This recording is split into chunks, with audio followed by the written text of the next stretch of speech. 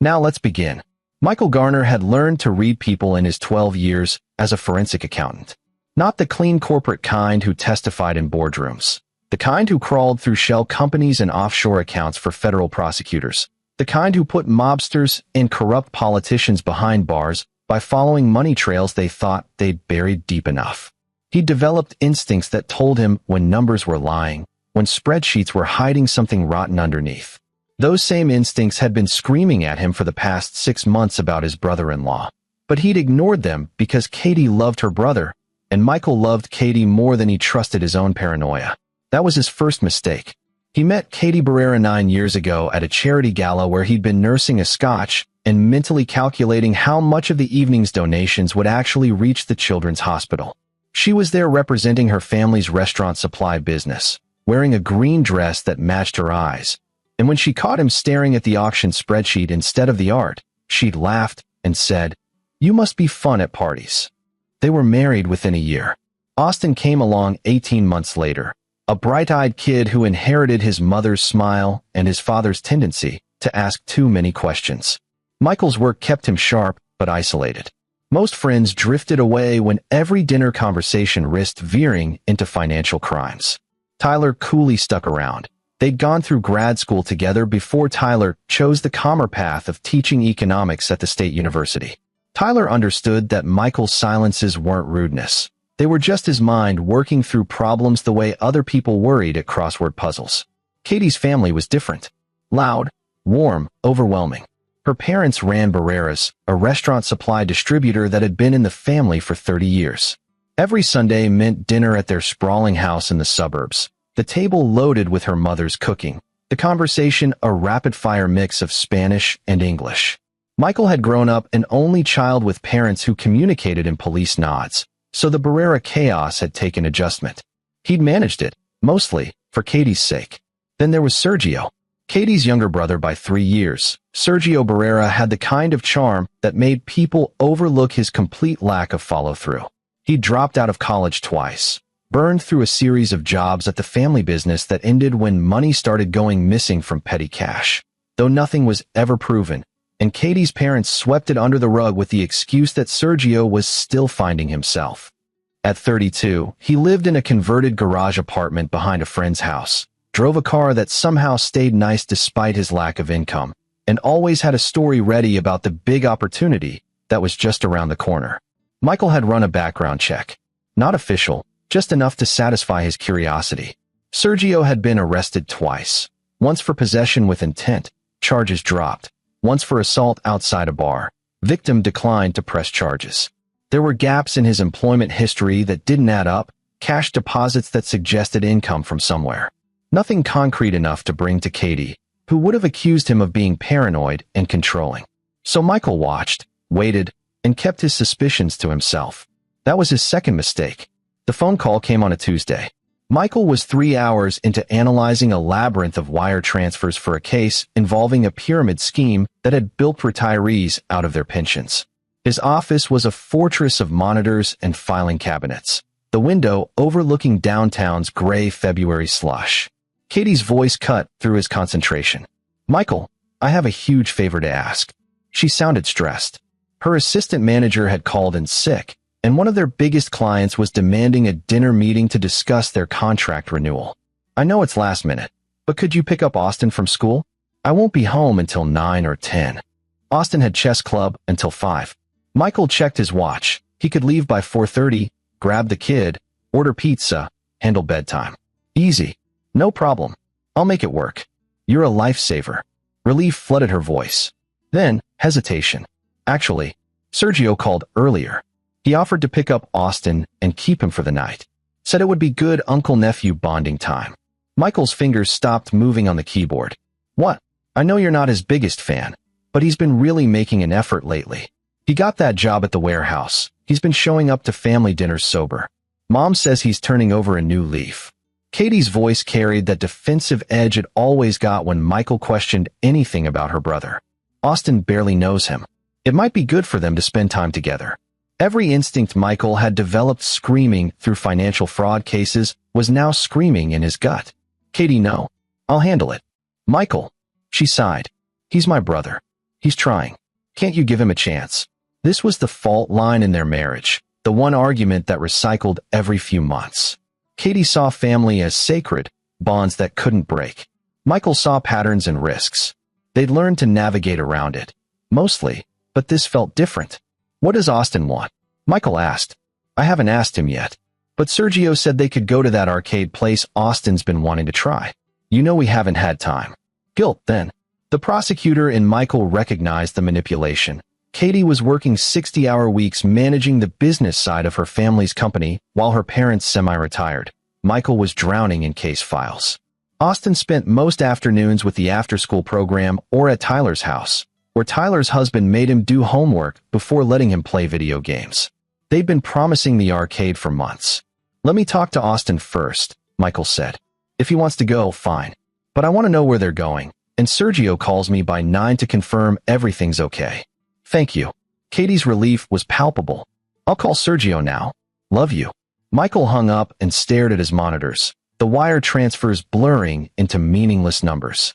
He pulled up a separate screen and typed in Sergio's name, running another search through the databases he had access to. Nothing new since his last check 3 months ago. Clean, at least on paper. At 4:15, Michael called Austin directly. The kid answered on the second ring, slightly breathless. Dad, we're doing the Queen's Gambit opening. Mr. Peterson says I'm getting really good at the endgame. That's great, buddy. Michael smiled despite himself. Hey, I have a question. Uncle Sergio wants to take you to GameWorks tonight. Arcade, dinner, maybe a sleepover at his place. You interested? Silence. Then, carefully, is Mom making me? Michael's stomach dropped. Why would you think that? Because Uncle Sergio's kind of. Austin trailed off. At 8, he was already learning which truths were acceptable to speak out loud. He's okay, I guess. But he talks about stuff I don't really get. And he smells weird. What kind of stuff? Like, grown-up stuff. About money and people being stupid. And he shows me videos on his phone that Mom probably wouldn't like. Austin's voice got smaller. I don't want to be mean. He's family. There it was. Michael could shut this down right now. Tell Katie he'd asked and Austin wasn't interested. But he could already hear her response. You turned him against Sergio. You poisoned our son against my family. You don't have to go if you don't want to, Michael said quietly. I can pick you up, and we'll order from that Thai place you like. But Mom wants me to go. Mom wants you to be happy. Another pause. The arcade does sound fun. And maybe Uncle Sergio's just trying to be nice. Austin was trying to convince himself. Okay, I'll go. But can you tell him I need to be home by lunchtime tomorrow? Tyler's taking me to the Science Museum. Deal, Michael said, even as his gut twisted. I'll call him right now and make sure he knows the rules. He hung up and immediately dialed Sergio. The phone rang 4 times before connecting. Michael, Katie said you'd call. Sergio's voice had that forced cheerfulness that set Michael's teeth on edge. This is great, man. I've been wanting to spend more time with my nephew. Here's how this works, Michael said flatly. You pick him up from school at 5. You go to GameWorks. You keep it PG. You have him call me by 8. He sleeps in a real bed, not on a couch. You drop him off at our house by noon tomorrow. Any deviation, any problem, and this is the last time you see him without Katie or me present. Wow, okay. Sergio laughed, but it sounded brittle. Didn't realize I was signing a contract. You're not. You're babysitting my son. Those are the terms. Right? Yeah, no problem. The cheerfulness faded. I'll take good care of him, Michael. He's family. He is, Michael agreed. That's why I'm trusting you with him.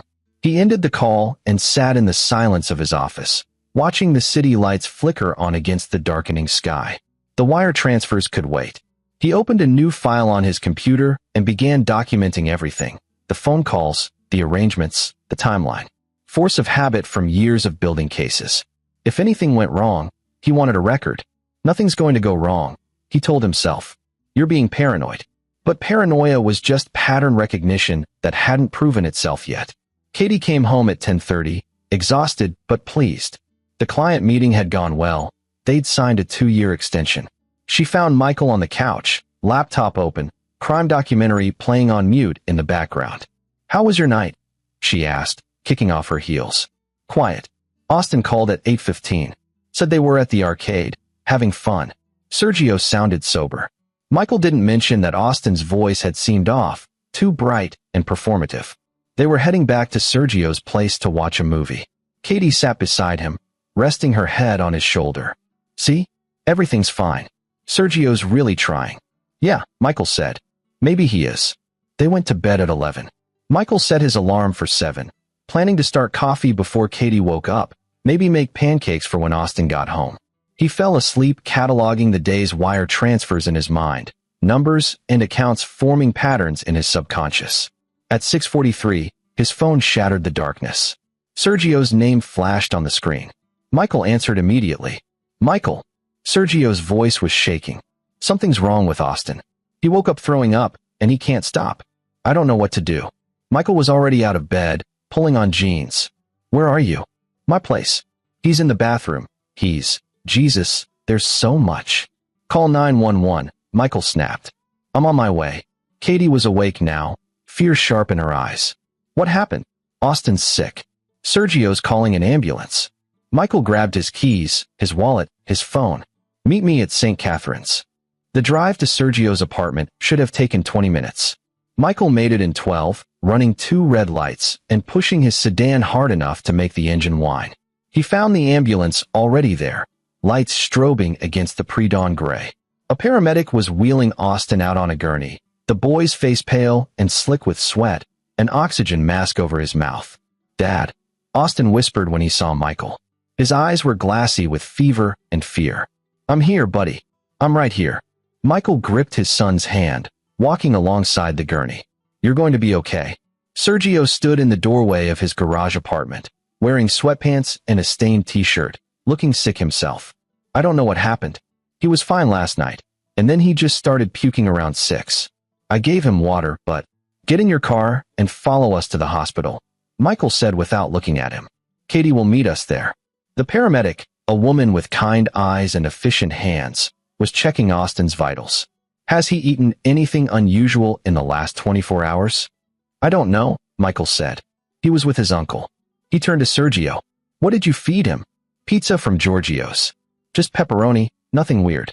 And some soda. Sergio was pale. We shared it. I feel fine. Any allergies we should know about? The paramedic asked Michael. No. He's never had issues with food before. They loaded Austin into the ambulance. Michael climbed in beside him, holding his son's hand while the vehicle screamed through the empty morning streets. Austin vomited twice more during the ride, painful dry heaves that produced only bile. His temperature was climbing, 102.3 when they arrived at St. Catherine's emergency department.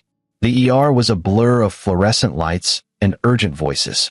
A nurse took Austin's vitals while a doctor, Dr. Emma Dawson, according to her badge, asked rapid-fire questions. Michael answered everything he could, his mind cataloging details the way it did with financial documents, looking for the pattern that would explain this. We're going to run some tests, Dr. Dawson said. Blood work, urine sample, and I want to get an abdominal x-ray to rule out any obstructions. Obstructions? Michael felt the word like a punch. Kids sometimes swallow things. Toys, coins. Usually they pass without issue, but sometimes. She saw the look on Michael's face and softened her tone. It's just precautionary. We need to see what we're dealing with. Katie arrived as they were wheeling Austin to radiology. She looked like she'd thrown on whatever clothes were closest, her hair pulled back in a messy ponytail, no makeup, eyes red from crying during the drive. She grabbed Michael's arm. What's happening? They're running tests. X-ray, blood work. Michael pulled her close. He's stable. They'll figure it out. Sergio appeared in the waiting room, keeping his distance. He looked smaller somehow, diminished. Katie went to him immediately, and Michael watched his wife comfort her brother while Austin was somewhere in the hospital being scanned and prodded by strangers. 30 minutes later, Dr. Dawson emerged from the radiology wing. Her expression made Michael's blood run cold. Mr. Garner, Mrs. Garner, I need you to come with me. She glanced at Sergio. Just the parents, please. They followed her to a small consultation room. Dr. Dawson closed the door and pulled up images on a computer monitor. The X-ray showed Austin's small body in ghostly white and gray, his spine and ribs clearly visible. But there, in the area of his stomach, were 3 distinct bright white objects. What are those? Katie whispered. Dr. Dawson's voice was carefully controlled. They appear to be lithium button batteries. 3 of them. Michael stared at the screen. The batteries were clearly visible, small circles of dense metal sitting in his son's stomach like bombs. How? They're the kind used in remote controls, car key fobs, small electronics, Dr. Dawson continued. When I saw them, I immediately checked Austin's mouth and throat. There's chemical burning in his esophagus, and based on the positioning and his symptoms, these have been in his system for at least 8 to 10 hours. She turned to face them directly. Mr. and Mrs. Garner, children don't accidentally swallow 3 batteries. This is consistent with forced ingestion. The room tilted. Katie made a sound like a wounded animal. Someone made him swallow them. Michael heard his own voice from very far away. I've contacted hospital security and child protective services, which is mandatory in cases of suspected abuse. I've also called the police. Dr. Dawson's expression was compassionate but firm. We need to remove these batteries immediately. If they rupture or leak, the chemical damage could be catastrophic. He's being prepped for emergency endoscopy now. Katie was sobbing. Michael held her, his mind racing through the timeline. Pizza at Giorgio's. The arcade. Sergio's apartment. 8:15 phone call. Austin's voice too bright, performing normalcy. Somewhere between 8 and 6 a.m., someone had forced his 8-year-old son to swallow batteries. We need to know who had access to Austin last night, Dr. Dawson said gently. The police will want to question everyone involved. His uncle, Michael said. His voice sounded dead. Katie's brother. Sergio Barrera. He's in the waiting room. Dr. Dawson's eyes flickered with something, recognition, maybe, or confirmation. I'll let security know. Right now, you should be with Austin before the procedure. They let Michael and Katie into the prep room, where Austin lay on a gurney, small and fragile under the hospital blanket. And 4 ran into his arm, and the monitors beeped steadily. He was sedated but conscious, his eyes finding his parents. Dad, he whispered. I'm sorry. Michael's heart shattered. You have nothing to be sorry for, buddy. Nothing. Uncle Sergio said it was a game. Austin's words were slurred from the pre-op medication. He said, if I could swallow them, I'd win $100. But then it hurt. And he said if I told, you'd get in trouble. That people would take me away. Katie's knees buckled. Michael caught her while keeping his other hand on Austin's forehead. You did nothing wrong, Michael said, his voice shaking with a rage so pure it felt like ice. We're going to fix this, and you're going to be fine. The anesthesiologist arrived, and they had to step back as Austin was wheeled toward the operating suite. Michael watched his son disappear through double doors, then turned to find 2 police officers standing in the hallway. One of them, Detective Roger Friedman, older, with the weathered face of someone who'd seen too much, approached with his badge out. Mr. Garner? Mrs. Garner? I need to ask you some questions about last night. Michael looked past the detective to the waiting room, where Sergio was still sitting, head in his hands. Their eyes met across the distance. Sergio's face drained of color. He stood, taking a half step toward the exit. That's him, Michael said quietly. That's the man who hurt my son. Detective Friedman nodded to his partner, who moved to intercept Sergio. Michael watched as they approached, as Sergio's face cycled through confusion to fear to something that looked almost like relief. Like he'd been waiting for this moment. The detective's partner, a younger woman with alert eyes, spoke clearly. Sergio Barrera, we need you to come down to the station to answer some questions regarding Austin Garner. I didn't do anything, Sergio said immediately. The kid's making it up. He's confused. Then you won't mind answering our questions. The detective's voice left no room for argument. They walked Sergio out in handcuffs 20 minutes later, after he'd tried to run and nearly made it to the parking garage. Michael watched through the waiting room window as they loaded him into a patrol car. Katie was still in the consultation room, talking to a CPS worker. Michael stood alone, his reflection ghostly in the glass, and felt something fundamental shift inside him. He'd spent 12 years following money trails, building cases brick by brick until they were unassailable. He'd learned patience, learned how to see patterns others missed, learned how to build something so airtight that no lawyer could tear it apart. Sergio had hurt his son, had looked Austin in the eyes and forced him to swallow batteries, then threatened him into silence. And Michael had let it happen because he'd ignored his instincts, because he'd valued his marriage's peace over his gut's warnings. That ended now. Dr. Dawson found him an hour later. The procedure went well. We removed all 3 batteries. There's chemical damage to his esophagus and stomach lining, but we caught it in time. With proper treatment, he should make a full recovery. Can I see him? He's in recovery now. Another 30 minutes. Michael nodded. Thank you. He pulled out his phone and dialed Tyler coolly. His friend answered on the first ring. Michael? What's wrong? I need a favor, Michael said. A big one. And I need you not to ask questions. Tyler was silent for a moment. They'd known each other long enough that he could hear the dangerous calm in Michael's voice. What do you need? Everything you can find on Sergio Barrera. Employment records, associates, financials, criminal history beyond the official reports. I need to know everywhere he's been, everyone he knows, every dollar he's touched in the past 5 years.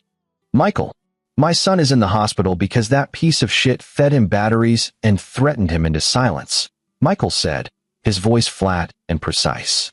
The police have him now, but I need to know what else they're going to find. And I need to know before they do. Another pause. I'll start now. Michael, be careful. I'm past careful, Michael said, and ended the call. Katie appeared in the hallway, her face blotchy from crying. She looked at Michael like she was seeing a stranger. The CPS worker said we need to do an interview. They're treating this as an active abuse investigation. Her voice broke. Michael, Sergio wouldn't. He couldn't. He did, Michael said simply. Austin told us what happened. The x-rays show it happened. Sergio ran when the police approached. These are facts, Katie. But why? She was pleading now, desperate for an explanation that would make the world make sense again. Why would he do this? Michael looked at his wife, this woman he loved, and saw her family's blind loyalty cracking in real time. He could tell her his suspicions, that Sergio wasn't just troubled, he was dangerous. That the missing petty cash and the dropped charges and the gaps in employment all pointed to something darker. That this wasn't random cruelty, but something calculated, something worse. But he didn't. Not yet. Because he was going to find out exactly what Sergio Barrera had been doing in the shadows. And when he had the full picture, when he understood every piece of the puzzle, he was going to dismantle the man who hurt his son so thoroughly that there wouldn't be enough left for the courts to bother with. I don't know, Michael lied. But we're going to find out. They sat with Austin in recovery, holding his hands as he woke from anesthesia. The boy was groggy and sore, but alive. Safe. For now. Michael's phone buzzed with a text from Tyler, started digging. You're not going to like what I'm finding. Call me when you can. Michael deleted the message and slipped the phone back into his pocket. Katie was stroking Austin's hair, whispering to him that everything would be okay, that he was safe now. She was wrong. Safety was an illusion. Michael had learned that the hard way. But he was good at tearing apart illusions, at following the threads until he found the truth buried underneath. And when he found it, Sergio Barrera was going to wish the police had been the worst of his problems. Austin stayed in the hospital for 3 days. The chemical burns to his esophagus required careful monitoring, and the doctors wanted to ensure no complications developed. Michael took leave from work, setting up a makeshift office in Austin's room with his laptop and a secure connection to his work servers. Katie split her time between the hospital and managing her family business, though she moved through both like a ghost, her usual warmth dimmed by shock and grief. The police questioned Austin twice, with child psychologists present and cameras recording every word. He told them the same story each time, consistent and heartbreaking. Uncle Sergio had made it a game after they returned from the arcade. Said Austin was brave, that real men could do hard things. When Austin refused, Sergio had held him down, forced his mouth open, and made him swallow the batteries one by one. Then came the threats. If Austin told anyone, his dad would go to jail for something Sergio would make up. They'd take Austin away from his parents forever. It was a predator's playbook, wielding a child's worst fears like weapons. Detective Friedman shared what he could with Michael during brief hallway conversations. Sergio had lawyered up immediately, claiming Austin was lying, that the kid had swallowed the batteries on his own as some kind of attention-seeking behavior. The physical evidence contradicted him. The chemical burns showed forced ingestion. The timeline matched Austin's account. But Sergio's public defender was pushing for a psych evaluation, claiming mental illness. We've got him on child endangerment and abuse charges, Friedman said on the second day. Prosecutor's office is building the case. Given the physical evidence and Austin's testimony, they're confident about conviction. What kind of sentence? Michael asked. 5 to 10 years, likely. Maybe more if we can prove premeditation. Friedman studied Michael carefully. But I get the sense you're not satisfied with that. Michael kept his expression neutral. I want my son's abuser in prison for as long as possible. That's not what I mean. The detective's eyes were sharp. I've been doing this 23 years. I know what a parent looks like when they're thinking about taking matters into their own hands. I'm a forensic accountant, detective. I solve problems with spreadsheets, not violence. Friedman didn't look convinced. Here's some free advice. Whatever you're thinking, don't. Let the system work. Michael nodded, knowing the detective was right in theory. The system would work. Sergio would be convicted, sentenced, imprisoned. In 5 to 10 years, he'd walk free, and Michael's son would still wake up with nightmares about the night his uncle forced batteries down his throat. The system was designed for justice. Michael wanted something more permanent. Tyler called that evening while Katie was in the cafeteria. Michael stepped into the hallway, lowering his voice. Talk to me. Sergio's into some serious shit, Michael. Tyler sounded stressed, unusual for him. I pulled his financials like you asked. For a guy who supposedly works part-time at a warehouse, he's been depositing between $2,000 and $5,000 cash every month for the past 3 years. No clear source. Drugs. That was my first thought, but the pattern's wrong. Drug money's more irregular, smaller amounts. This is consistent. Almost like a salary. Tyler paused. I cross-referenced his associates. People he's been photographed with on social media, people tagged in his posts. One name kept coming up, Chad Hodge. Michael pulled out his own phone, searching the name. Who is he? That's where it gets interesting. Chad Hodge runs a private investigation firm, but they're not exactly licensed. The business operates out of a strip mall in the industrial district. I looked into their client list. It's shell companies and cash transactions. No legitimate paper trail. What kind of investigations? The kind that don't end up in court, Tyler said grimly. I found some sealed records through a contact in the clerk's office. Hodge has been sued twice for invasion of privacy, once for blackmail. The cases were settled out of court with NDAs. Michael's mind was already racing ahead, connecting dots. Sergio was working for him. Looks like it.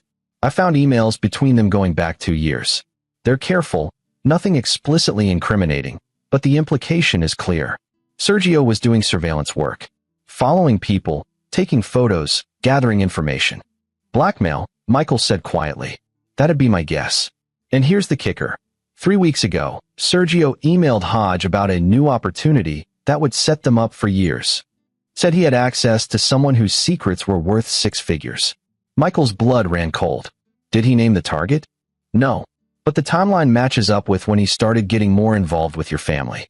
Sunday dinners, offering to babysit. Tyler trailed off. Michael, I think Sergio was setting you up. The hallway seemed to tilt.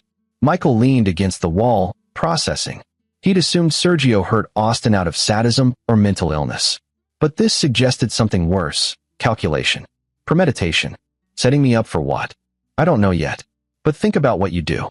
You investigate financial crimes for prosecutors. You have access to sealed case files, witness lists, offshore account information. You know where bodies are buried, metaphorically speaking. Tyler's voice was urgent. If someone wanted leverage over you, hurting Austin would be the perfect pressure point. He forced my son to swallow batteries to extort me? Michael felt rage crystallizing into something colder, sharper. I don't have proof yet, but the pattern fits. Sergio hurts Austin, then offers to help you in exchange for information, or threatens to hurt him again if you don't cooperate. Tyler was quiet for a moment. Michael, what cases are you working on right now? Michael thought about his current caseload. 3 pyramid scheme prosecutions, 2 tax evasion cases, 1 RICO investigation. Standard work. Then he remembered the file he'd just been assigned last month, the one that required federal security clearance to even access. The Donovan case. Senator Patricia Donovan was under investigation for accepting bribes from a pharmaceutical company in exchange for favorable legislation. The case was being built quietly, no public knowledge yet. Michael had been brought in to trace the money through a dozen shell companies spread across 4 countries. If the case went to trial, it would end Donovan's career and send her to prison. If someone knew Michael was involved, if they had leverage over him. Jesus, Michael whispered. What? There's a case. High profile. Political. If someone wanted to know details before they went public, wanted to get ahead of an investigation. He couldn't say more, not over the phone. "Tyler, I need everything you can find on Chad Hodge. Client lists, associates, anyone who might have hired him for this. And I need it yesterday. I'm on it." "But Michael, seriously, be careful. If these people were willing to hurt Austin once, they won't get the chance again," Michael said, his voice flat and final. "I'm done being careful." He ended the call and stood in the hospital hallway, fluorescent lights humming overhead, and felt the last pieces of his old life, the one where he trusted systems and followed rules, fall away completely. The door to Austin's room opened. Katie emerged, her eyes red. "He's asking for you." Michael pushed off the wall and went to his son, who was sitting up in bed looking small and lost. "Dad," Austin's voice was barely a whisper. "Am I in trouble?" Michael sat on the edge of the bed and pulled his son into a careful hug, mindful of the 4 lines. "No, buddy, you're not in trouble. You didn't do anything wrong. But I swallowed the batteries. Uncle Sergio said it was my choice." Uncle Sergio lied. Michael pulled back to look Austin in the eyes. "What he did to you was wrong. None of this is your fault. Do you understand?" Austin nodded, but Michael could see the doubt there. The way trauma rewrote a child's understanding of cause and effect. It would take years to undo this damage. Years of therapy and reassurance and love. Michael would make sure Sergio paid for every single one of those years. Katie stayed with Austin while Michael made his excuses about needing to check on work matters. He drove home in the evening dark, his mind cataloging everything Tyler had told him. At home, he locked himself in his home office and began pulling threads. Chad Hodge's investigative firm had a website, professionally designed but vague about actual services. Discrete solutions for complex problems. No client testimonials, no case studies. Just a contact form and a phone number. Michael ran the business registration. It was an LLC formed 3 years ago, registered to a P.O. box. The listed principals were Hodge and 2 other names, Jeremy Williamson and Marcos Perkins. He searched each name. Williamson had a record, wire fraud, served 18 months 5 years ago. Perkins was cleaner on paper, but Michael found his name associated with a defunct private security company that had been sued for illegal wiretapping. These weren't investigators. They were criminals offering criminal services under a business license. Michael pulled Sergio's phone records. Tyler had sent them encrypted, and found regular calls to Hodge's number going back 18 months. The frequency increased dramatically 3 weeks ago, right around when Sergio had started showing up at family dinners more often. One number appeared in Sergio's records that didn't match any of Hodge's associates, a DC area code. Michael traced it to a burner phone, inactive now. But the pattern of calls was telling. 5 calls in 2 weeks, each lasting under 2 minutes, all in the evenings. The last call was made 4 days before Sergio babysat Austin. Someone in DC had contacted Sergio multiple times, then stopped right before the incident. Coordination. Planning. Michael sat back in his chair, staring at the web of connections spreading across his monitors. This wasn't just Sergio being a sadistic asshole. This was organized. Someone had hired Hodge. Hodge had deployed Sergio, and Austin had been the leverage point to get to Michael's case files. The Donovan investigation. It had to be. He pulled up everything he had on Senator Donovan's case, careful to use his secure work connection. The money trail he'd been following led to a pharmaceutical company called MediLife Solutions. They'd funneled bribes through a charity Donovan controlled, millions of dollars disguised as donations. In exchange, Donovan had pushed legislation that would fast-track MediLife's experimental drugs through FDA approval, bypassing safety trials. People had died from those drugs. Not many, 4 documented cases, but enough that the FDA had started asking questions.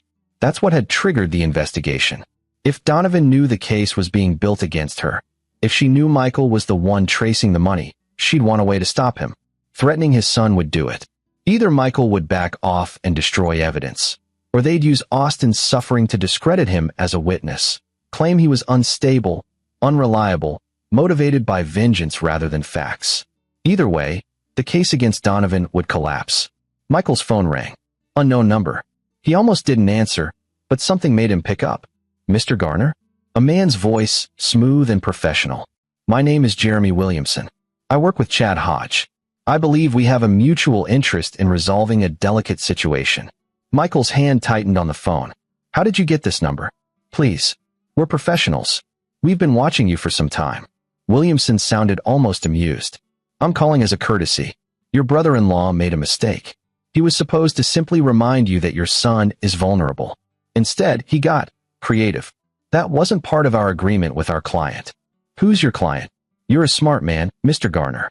I'm sure you've already figured that out. A pause. Here's what's going to happen. You're going to develop sudden memory problems regarding certain financial documents related to a certain senator. Files will go missing. Your testimony will become unreliable. And in exchange, nothing else happens to your family. And if I refuse, then we finish what Sergio started. But slower, more painful. And we won't stop with Austin. Williamson's voice turned cold. We know where your wife works. We know her schedule. We know she takes the same route home every night at 9:15. Accidents happen, Mr. Garner. Michael's vision narrowed to a single point. You're making a mistake. No, you are, if you think you have a choice here. You have 48 hours to start making files disappear. We'll be in touch with specific documents. The line went dead. Michael sat in the silence of his office, rage and fear warring in his chest. They'd threatened Katie. They'd already heard Austin. And they thought they could leverage him into destroying evidence that would put a corrupt senator in prison. They'd miscalculated badly. Michael opened a new encrypted file on his computer and began to plan. Not a legal plan. That time was past.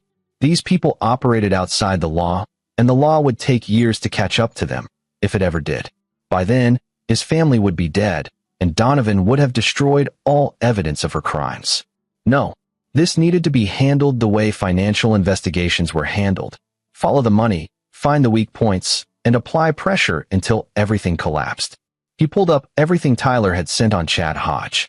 The investigator had made one crucial mistake.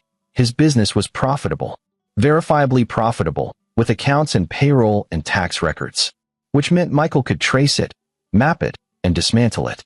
And somewhere in that process, he'd find Hodge, Williamson, Perkins, and whoever else had thought hurting an 8-year-old boy was acceptable business practice.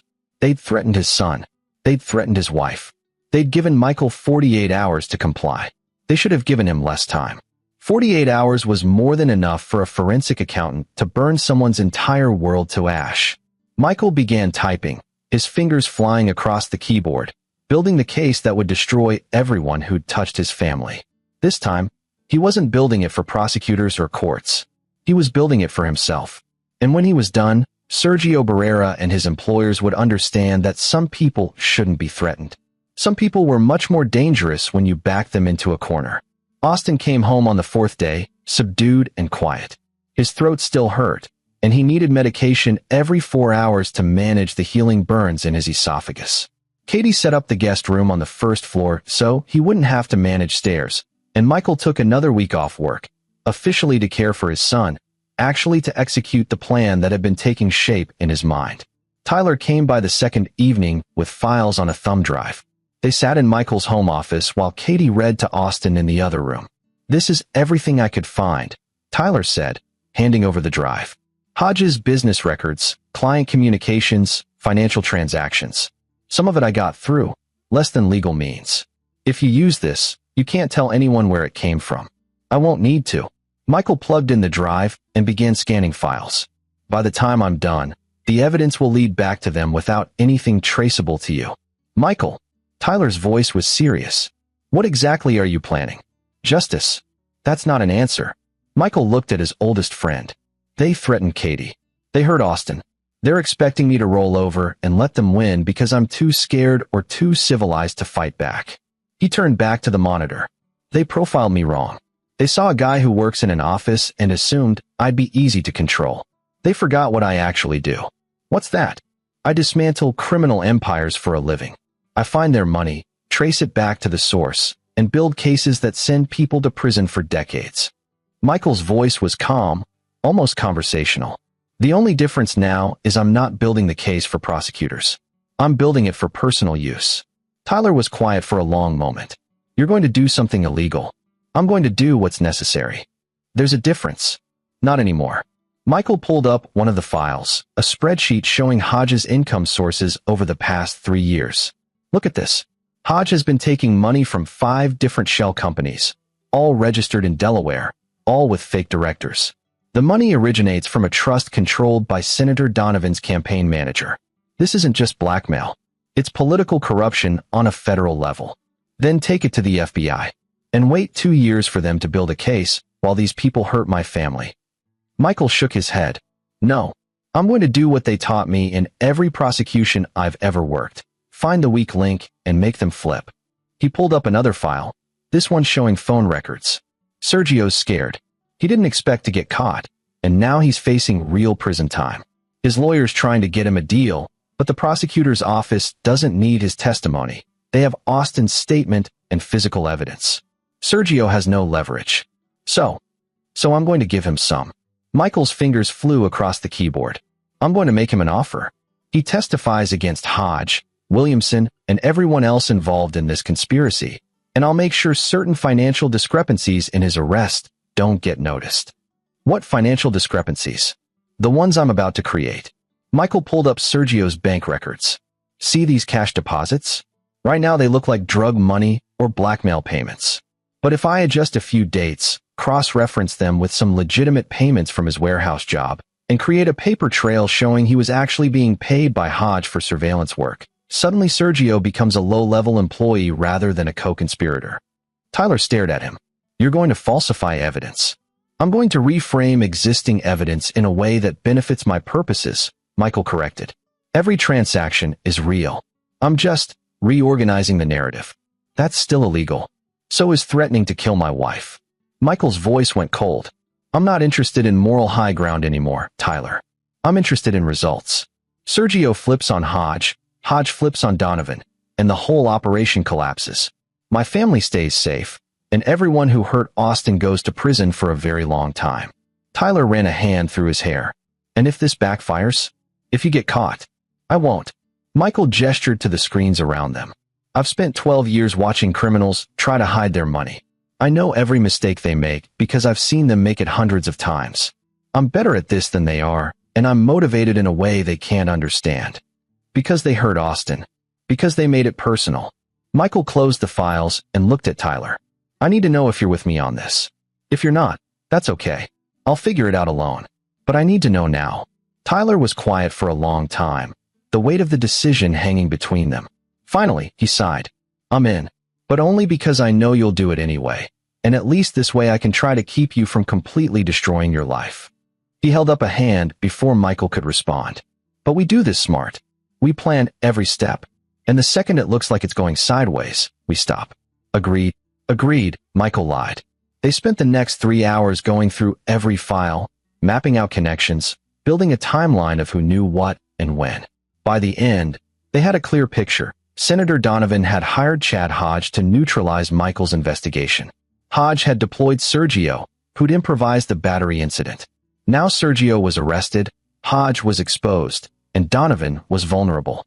The phone call from Williamson had been a panic move, trying to salvage the operation. That meant they were scared. Good. Fear made people sloppy. Michael's phone buzzed with a text from an unknown number. 24 hours left. Hope you're making progress on those files. He showed it to Tyler. They're getting impatient. Let them wait. Tyler pulled up a new file. I found something else you need to see. Hodge has been making regular payments to someone called Marcos Perkins. According to the records, Perkins handles technical solutions. Michael searched the name again, pulling up more information. Perkins had a background in IT security, worked for a defense contractor until he was fired for unauthorized access to classified systems. After that, he'd gone private, offering his skills to whoever paid. He's their hacker, Michael said. That's how they got my phone number. How they know Katie's schedule. Can you trace what he's accessed? Michael pulled up his own system logs, running a diagnostic. There, hidden processes, data being copied to an external server. His stomach dropped. They're in my home network. They've been monitoring my email, my files, everything. For how long? At least 3 weeks. Michael felt a chill. They'd been watching him this whole time, seeing his case notes on the Donovan investigation, watching him plan Austin's birthday party, reading private messages between him and Katie. Tyler saw his expression. We need to shut it down. No. Michael's mind was racing. We need to feed them false information. Make them think I'm complying. He spent the next hour creating fake files, documents that looked like case notes on the Donovan investigation, but were actually filled with incorrect information and dead ends. He copied them to the locations being monitored, then sent an email to his work account, one he knew Perkins was watching, detailing his plan to start deleting files tomorrow. "They'll see this and think I'm cooperating," Michael explained to Tyler. "It buys us time while they're congratulating themselves." Meanwhile, the real case files were being copied to encrypted drives and hidden in locations Perkins couldn't access. Michael was setting up a mirror network, showing Hodges' people exactly what they wanted to see while the actual investigation continued in secret. "This is elaborate," Tyler said, watching Michael work. "It has to be. These people are professionals. If I just roll over, they'll know something's wrong." Michael finished the setup and sat back. Now we wait for them to make their next move. The next move came at 2 in the morning. Michael's phone rang with another unknown number. Mr. Garner. A different voice this time, older and rougher. Chad Hodge himself. "I've reviewed your progress. I'm satisfied you understand your situation." Michael had prepared for this call. "I want assurances. If I do this, my family is off limits. Permanently. Of course. We're businessmen, not monsters." Hodge actually sounded offended. "Once the files are gone and your testimony becomes unreliable, we have no further interest in you." "What about Sergio?" "What about him? He's facing charges. If he talks." "He won't." Hodge's confidence was absolute. "Sergio knows what happens to people who talk to police. He'll take the plea deal, serve his time quietly, and keep his mouth shut. And if he doesn't, then he'll have an unfortunate accident in county lockup." Stated so casually, like they were discussing the weather. "But I don't think you need to worry about that, Mr. Garner. Just focus on your end. 48 hours. Don't disappoint me." The line went dead. Michael sat in the darkness, processing. Hodge was planning to have Sergio killed if he became a liability, which meant Sergio was even more vulnerable than Michael had thought. That vulnerability was an opportunity. The next morning, Michael drove to the county jail. He'd called ahead, arranging a visit with Sergio using his credentials as a victim's family member. The guards led him to a private consultation room, usually reserved for attorney meetings. Sergio looked terrible. Orange jumpsuit hanging off his thin frame, eyes sunken and bloodshot, hands shaking when the guard removed the cuffs. He sat across from Michael with the table between them and wouldn't meet his eyes. "Katie doesn't know I'm here," Michael said quietly. "This conversation is between us." Sergio finally looked up. "Come to gloat." "No. I came to offer you a deal. I've already got a lawyer." "Not that kind of deal." Michael leaned forward. "I know who you work for. Chad Hodge, Jeremy Williamson, Marcos Perkins. I know they hired you to leverage me through Austin, and I know they're planning to have you killed before you can testify against them." Sergio's face went pale. "You don't know shit. Hodge called me. Told me you'd keep quiet or have an accident." Those were his exact words. Michael pulled out his phone, playing a recording of the conversation. He'd started recording every call from unknown numbers after Williamson's threat. Sergio listened to Hodge's voice, the casual discussion of his potential murder, and something broke in his eyes. "What do you want?" he whispered. "I want everything," Michael said. "Names, dates, communications. Who hired Hodge, how much they paid, what the plan was. You testify against all of them, and I'll make sure you survive long enough to see trial. They'll kill me the second I open my mouth. Not if they're too busy defending themselves from federal charges." Michael pulled out a folder, sliding it across the table. "This is what I've built so far. Financial records showing Hodge's payments from Senator Donovan's campaign. Wire transfers that violate federal bribery laws. Enough to trigger an FBI investigation that will put everyone involved under surveillance." Sergio opened the folder, scanning the documents. His hands were shaking. "Where did you get this?"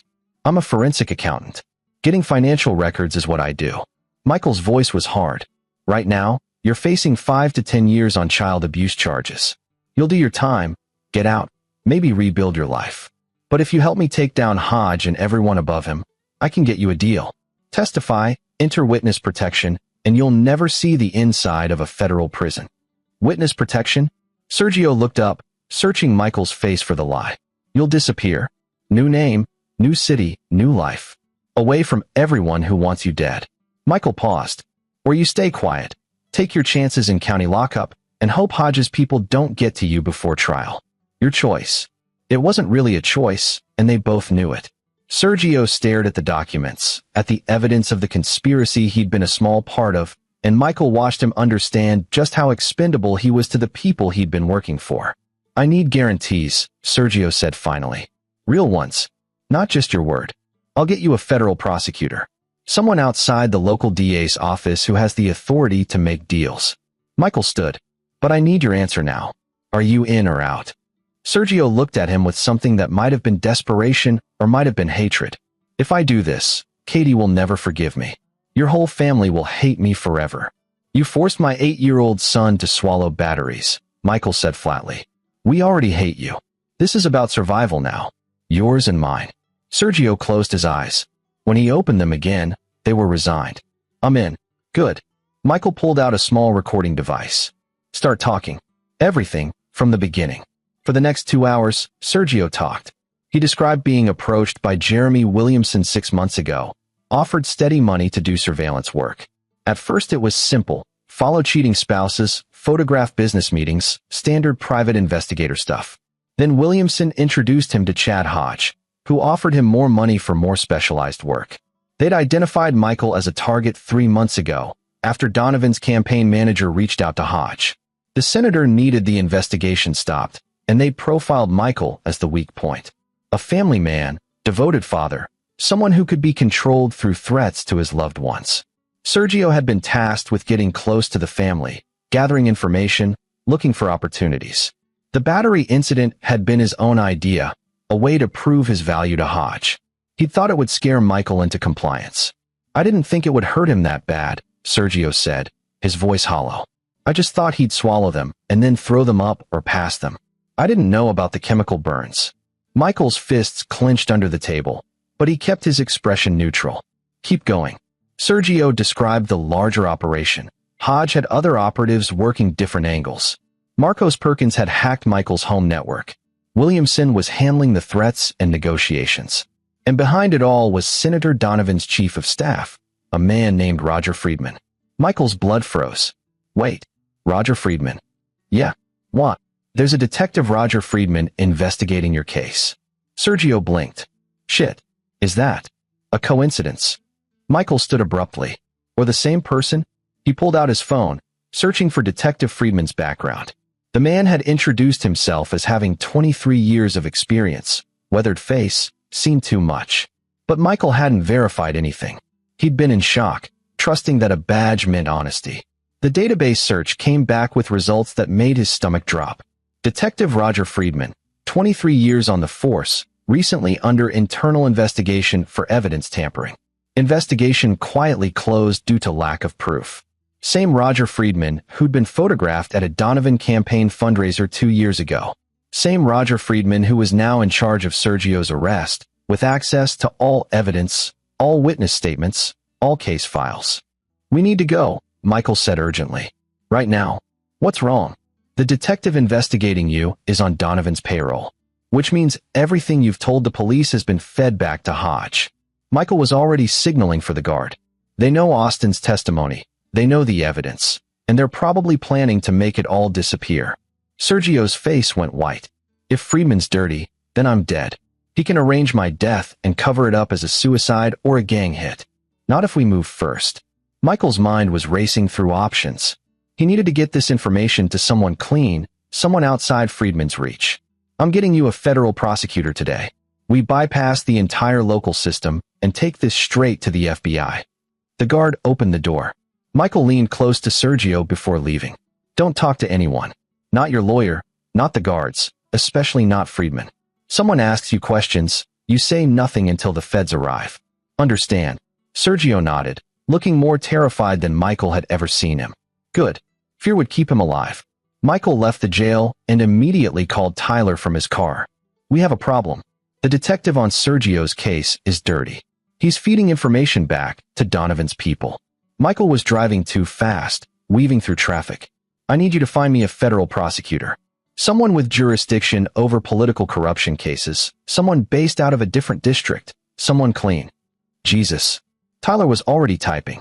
Okay, there's a U.S. attorney in the Eastern District, Amanda Foster. She's built her career prosecuting political corruption. Clean record. No ties to local police or Donovan's network. Give me a meeting with her. Today. Use whatever connections you have. I'll try. But Michael, the feds don't move that fast. Make them move fast. Tell them I have evidence of a sitting senator ordering a child's torture to obstruct a federal investigation. That should get their attention. 3 hours later, Michael was sitting in a conference room at the federal building downtown, facing U.S. Attorney Amanda Foster and 2 FBI agents. He'd brought encrypted copies of all the financial records, recordings of the phone calls from Hodge and Williamson, and Sergio's full confession. Foster was in her 50s, sharp-eyed and skeptical. She'd built her reputation on taking down corrupt politicians, and she didn't suffer fools or time wasters. She listened to Michael's presentation without interrupting, occasionally making notes. When he finished, she sat back and studied him. This is one hell of an accusation, Mr. Garner. You're claiming a sitting U.S. senator orchestrated a criminal conspiracy that included child abuse, blackmail, and obstruction of justice. I'm claiming I have evidence of it, Michael corrected. Everything in those files is verifiable. The money trails, the communications, the connections between Hodge, Friedman, and Donovan's campaign. My brother-in-law is willing to testify in exchange for witness protection. Your brother-in-law who currently faces serious charges for abusing your son. Foster's expression was carefully neutral. Some prosecutors might see this as a father seeking revenge using fabricated evidence. The financial records aren't fabricated. You can verify every transaction with the banks. The recordings aren't fabricated. Your tech people can authenticate them. And Sergio's testimony can be corroborated with phone records and surveillance footage. Michael met her eyes. I'm a forensic accountant. I build cases that stand up in court. This one will stand. One of the FBI agents, a younger woman named Torres, leaned forward. Even if everything you've presented is genuine, moving against a sitting senator requires absolute certainty. We'd need more than financial records and a coerced confession from a child abuser. Then get it, Michael said. Put Sergio in protective custody, wire him up, and send him back to make contact with Hodge. They think he's contained, that Friedman has him under control. He can get them to talk, confirm the conspiracy on record. Foster and Torres exchanged looks. The third person in the room, FBI agent Zachary Blackburn, spoke for the first time. That's extremely risky. If Hodge suspects Sergio's cooperating, he'll have him killed immediately. If Sergio stays in county lockup with Friedman in charge, he'll be killed anyway, Michael countered. This way, at least you get evidence before they act. Foster was quiet for a long moment, weighing the decision. Finally, she nodded. We'll do it, but not the way you described. We're going to pull Sergio into federal custody tonight, quietly, before Friedman knows he's gone. We'll debrief him fully, verify his testimony, and then decide on next steps.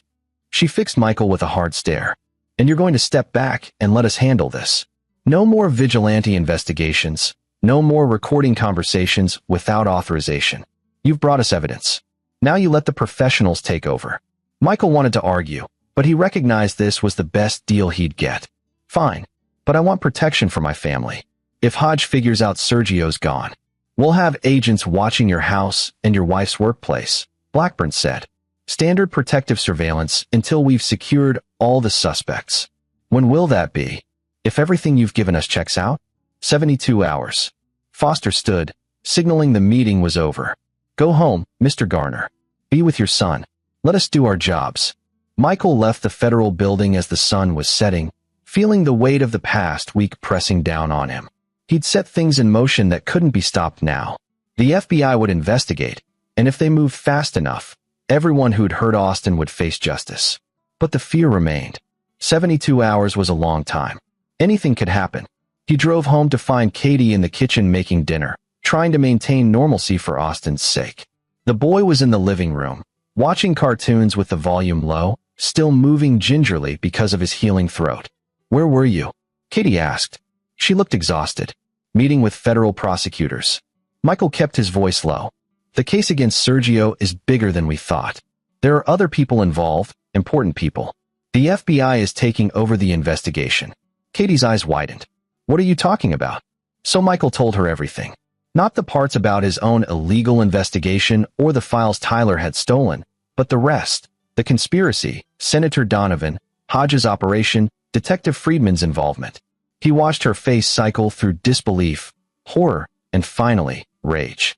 "They used my brother to get to you," she said when he finished. "They used our son as leverage." "Yes." And Sergio knew. He knew it would hurt Austin, and he did it anyway. Michael nodded. He did it for money, and because they told him to. He's cooperating now, but that doesn't change what he did. Katie was crying silently, tears streaming down her face. "I defended him. For years, I made excuses for him, and this whole time he was." Michael pulled her into his arms. "It's not your fault. He's my brother. He made his choices." Michael held her while she cried, and over her shoulder, he watched Austin on the couch, small and vulnerable, the boy who'd survived something he should never have experienced. 72 hours felt like forever. The next morning, the FBI executed coordinated raids across the city. They hit Chad Hodges' office, Jeremy Williamson's apartment, Marcos Perkins's house, and Detective Roger Friedman's home. All of them were arrested simultaneously, no warning, no chance to destroy evidence. Michael watched the news coverage from his living room, Austin asleep against his shoulder. The anchors were breathless with excitement. Breaking news: FBI arrests 4 men in connection with alleged plot to obstruct federal investigation. Sources say a sitting U.S. senator may be implicated. By afternoon, Senator Patricia Donovan's office released a statement denying any knowledge of the conspiracy and pledging full cooperation with investigators. By evening, leaked documents, Michael recognized some of his own financial analysis, were circulating online, showing clear connections between Donovan's campaign and Hodges' operation. By the next morning, Donovan announced she was taking a leave of absence from Senate duties to focus on her health. Political code for preparing for indictment. Tyler came over that evening with champagne. "You did it. You actually brought down a senator." "The FBI brought her down," Michael said, but he accepted the drink. "I just gave them the map." "You gave them more than that." Tyler clinked glasses with him. "You gave them a case they couldn't ignore. Donovan's career is over, and everyone who touched Austin is going to prison." Katie was upstairs putting Austin to bed. Michael waited until he heard her footsteps on the stairs before asking the question that had been eating at him. "What happens to Sergio?" Tyler's expression sobered. "Witness protection, like you promised.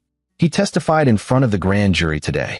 His testimony, combined with the physical evidence and the wiretaps they got from Perkins's computers, sealed the case. Donovan, Hodge, Williamson, Perkins, and Friedman are all facing federal conspiracy charges. RICO predicates, the works. And Sergio just walks away? He'll do time for what he did to Austin. But it'll be in federal prison, lower security, and the sentence will be reduced for cooperation. 5 years, maybe less with good behavior." Tyler saw Michael's expression. "I know it's not enough." "It's never going to be enough," Michael said quietly. "He hurt my son. 5 years, 50 years, it doesn't matter. Austin will carry this for the rest of his life." They sat in silence, drinking champagne that tasted like ash. 2 days later, the grand jury returned indictments. Senator Patricia Donovan was charged with bribery, conspiracy to obstruct justice, and conspiracy to commit child abuse. The last charge was unusual. Donovan's lawyers would argue she never directly ordered the battery incident, but the prosecutors included it to show the full scope of her conspiracy. Chad Hodge, Jeremy Williamson, and Marcos Perkins were all charged with child abuse, blackmail, wiretapping, and conspiracy. Detective Roger Friedman faced additional charges of evidence tampering and abuse of authority. The news dominated headlines for weeks. Senators fall from grace. Corruption case rocks Capitol. FBI uncovers child abuse conspiracy. Michael stopped watching after the first few days. The story wasn't about him or Austin anymore. It had become political theater. Austin slowly healed, physically at least. His throat recovered, the chemical burns fading to scar tissue that doctors said would barely be noticeable in a few years. But the nightmares were worse. He woke up screaming most nights, and Katie would hold him while he cried about Uncle Sergio and the game that hurt him. Michael sat in on the first therapy session, listening to the child psychologist explain trauma and recovery and the long road ahead. Austin would be okay eventually, but it would take time. Years, probably. And through it all, Michael carried the knowledge of what he'd been willing to do. The illegal surveillance, the falsified documents, the willingness to step outside every law and principle he'd built his career on. He'd gotten lucky, The FBI had taken over before he'd had to cross lines he couldn't come back from. But he knew, and it terrified him a little, that he would have crossed those lines. Would have done anything, broken any rule, become any kind of monster necessary to protect his family. The trials began 8 months later. Michael testified at Donovan's trial, walking the jury through the financial evidence that proved her involvement. It took 3 days to present his analysis, showing how millions of dollars had flowed from MediLife Solutions through shell companies to Donovan's charity, and how those same patterns appeared in the payments to Chad Hodge. Donovan's lawyers tried to argue that she'd been unaware of her campaign's actions, but the jury didn't buy it. The financial trail was too clear, too deliberate. When Sergio testified about being hired to hurt Austin as leverage, the courtroom went silent. The jury deliberated for 6 hours. Guilty on all counts. Hodge, Williamson, and Perkins all took plea deals, agreeing to testify against each other in exchange for reduced sentences. They'd still spend decades in federal prison, but they avoided life sentences. Detective Friedman went to trial and lost spectacularly. The evidence of his involvement was overwhelming, and his abuse of his position made him especially unsympathetic. 40 years in federal prison, no parole. Sergio got 7 years, reduced from 15 for cooperation. He was transferred to a minimum security facility in another state, part of the witness protection arrangement. Katie didn't attend his sentencing. She'd cut all contact with him after learning the full extent of his betrayal. Michael did attend. He sat in the back of the courtroom and watched Sergio stand before the judge, looking small and broken, and felt nothing. No satisfaction, no vindication, not even anger. Just emptiness where his brother-in-law used to exist in his life. Sergio glanced back once before being led away. Their eyes met across the courtroom. Michael didn't look away, didn't give him anything. Sergio was going to prison, and that was as it should be, but it didn't undo the damage. Didn't give Austin back his innocence. That night, Michael found Austin in his room, building with Legos. The boy looked up when he entered. "Dad, is it over?" Michael sat on the edge of the bed. "The trials are done. The bad people are going to prison. All of them. All of them." Austin was quiet for a moment, placing a red brick carefully on his structure. "I still have nightmares sometimes." "I know, buddy. The doctor says that's normal, that it'll get better." Austin looked up, his eyes older than an 8-year-old should be. "Does it really get better?" Michael thought about lying, about offering easy comfort. But Austin deserved truth, even hard truth. "It gets different," he said carefully. "The nightmares will be less frequent. You'll think about it less often. But you'll always remember what happened, and that's okay. It's part of who you are now. I don't want it to be part of who I am." "I know." Michael pulled his son close. "But here's what I've learned. The bad things that happen to us don't define us. What defines us is what we do afterward. You survived something terrible, and you told the truth about it even when you were scared. That took courage. That's what defines you. Not what Uncle Sergio did, but how brave you were afterward." Austin thought about this. "Did you do something brave too?" "I did what I had to do to protect our family." "Was it hard?" "The hardest thing I've ever done." Michael pulled back to look Austin in the eyes. "But you were worth it. You and your mom, you're worth anything." Austin hugged him tight, and they sat like that for a long time, father and son, survivors of different kinds of trauma, holding on to each other in the quiet of the evening. Later, after Austin was asleep, Michael went to his office and opened the encrypted files one last time. Everything he'd gathered, all the evidence and recordings and financial analysis, was backed up in secure locations. The FBI had their copies, the prosecutors had theirs, but Michael kept his own record. Not for revenge. Not anymore. Just as a reminder of what he was capable of when his family was threatened. He closed the files and deleted his access, wiping the encryption keys. That chapter was over. Katie found him sitting in the dark, staring at blank monitors. "You okay?" she asked softly. "Getting there." He turned to face her. "We're going to be okay. All of us." She sat in his lap, resting her head on his shoulder. "I know.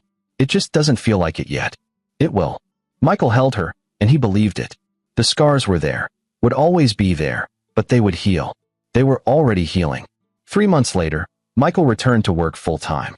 His caseload had been distributed while he was on leave, but there was always more financial crime to investigate. His office had sent flowers and cards, but nobody quite knew what to say to him. How do you console someone whose son was tortured as part of a political conspiracy? Tyler met him for lunch on his first day back. How does it feel? His friend asked. Strange. Normal. Like the past year didn't happen. Michael pushed food around his plate. I keep expecting another call, another threat. But it's just quiet. That's good, right? It is. It's just an adjustment. Michael looked up. Thank you, by the way. For everything. I couldn't have done it without you. You would have found a way. Tyler smiled slightly. You're scary when you're motivated. You know that. I've been told. They finished lunch talking about Tyler's work, safe topics, normal things. As they were leaving, Tyler paused. Are you really okay, Michael? Not just saying it. Michael considered the question honestly. Was he okay? His son had been hurt. His marriage had been tested. He discovered he was capable of breaking every rule he'd ever believed in if the stakes were high enough. But his family was safe. The people who'd threatened them were in prison, and life was slowly returning to something like normal. I will be, he said finally. We all will be. And he meant it. 6 years later, Michael stood in the audience at Austin's middle school graduation. His son, 14 now, tall and confident, crossed the stage to accept his diploma, and Michael felt pride so fierce it was almost painful. Austin had survived. More than that, he'd thrived. The therapy had worked, slowly but surely. The nightmares had faded to occasional bad dreams. He was doing well in school, had friends, played on the soccer team. He was a normal kid who'd had something terrible happen to him and had come through it stronger. Katie squeezed Michael's hand. Our boy did it. He did. Michael watched Austin join his classmates, laughing at something one of them said. He really did. That evening, they had a small celebration dinner at home. Austin opened presents, new soccer cleats, a video game he'd been wanting, a telescope for the astronomy class he'd be taking in high school. As the night wound down, Austin pulled Michael aside. Dad, can I ask you something? Always. Do you ever think about Uncle Sergio? Michael hadn't heard that name spoken in their house in years. Katie had no contact with that side of her family anymore. Her parents had chosen sides, and it hadn't been Sergio's. Sometimes, Michael admitted. Why? I saw a news article. He's getting out of prison next year. Early release for good behavior. Austin's voice was careful, controlled. I just wondered if he might try to contact us. He won't. Michael spoke with absolute certainty. Part of his witness protection agreement is staying away from our family permanently. If he breaks that, he goes back to prison. Good. Austin was quiet for a moment. I don't hate him anymore. The therapist helped me understand he was sick, that what he did wasn't about me. But I don't want to see him either. You don't have to. Not ever, if you don't want to. Okay. Austin nodded. That's all I needed to know. He went back to his friends, and Michael watched him go, marveling at the resilience of children. Austin had taken the worst thing that had ever happened to him and processed it, worked through it, come out the other side as a compassionate, thoughtful young man. That was the real victory, Michael realized. Not the convictions, or the prison sentences, or the destroyed careers. The victory was that Austin was okay, that their family had survived, that they'd found a way forward through the darkness. Later, alone in his office, Michael opened one final encrypted file. A news alert about Patricia Donovan. The former senator had been released from prison after serving 6 years of her sentence. She'd cooperated with further investigations, testified against other corrupt officials, and been granted early release. She was 68 now, her political career destroyed, her reputation in ruins. She'd given an interview to a news outlet, expressing remorse and talking about rehabilitation. Michael read it once, then deleted the alert. She wasn't his problem anymore. None of them were. He had a family to protect, a son to raise, a life to live. The past was finally, truly past. Michael closed his laptop and went downstairs to where Katie and Austin were watching a movie, curled up together on the couch. There was space for him between them, and he took it, pulling his family close. This was what mattered. Not revenge, not justice, not even victory. Just this, the three of them together, safe, healing, moving forward. Everything else was just noise. Outside, the city lights glittered against the night sky. Somewhere in those lights, bad people were doing bad things. Crimes were being committed, conspiracies were being formed, and someone else's family was probably being threatened. But not his. Not anymore. Michael Garner had learned what he was capable of when cornered, when his family was endangered. He'd discovered reserves of ruthlessness and determination he'd never known existed. He'd bent rules, broken laws, and walked right up to the edge of becoming the very thing he'd spent his career fighting. And then he'd stepped back, chosen the legal path, let the system work. Not because he believed in its perfection, but because he believed in himself, in his ability to work within the system when possible, and his willingness to burn it all down if necessary. That knowledge would stay with him. A weapon kept in reserve, hopefully never needed again. Austin laughed at something in the movie, and Katie smiled, and Michael let himself relax into the moment. This was enough. This was everything. The rest was just epilogue. This is where our story comes to an end. Share your thoughts in the comments section. Thanks for your time. If you enjoy this story, please subscribe to this channel. Click on the video you see on the screen, and I will see you there.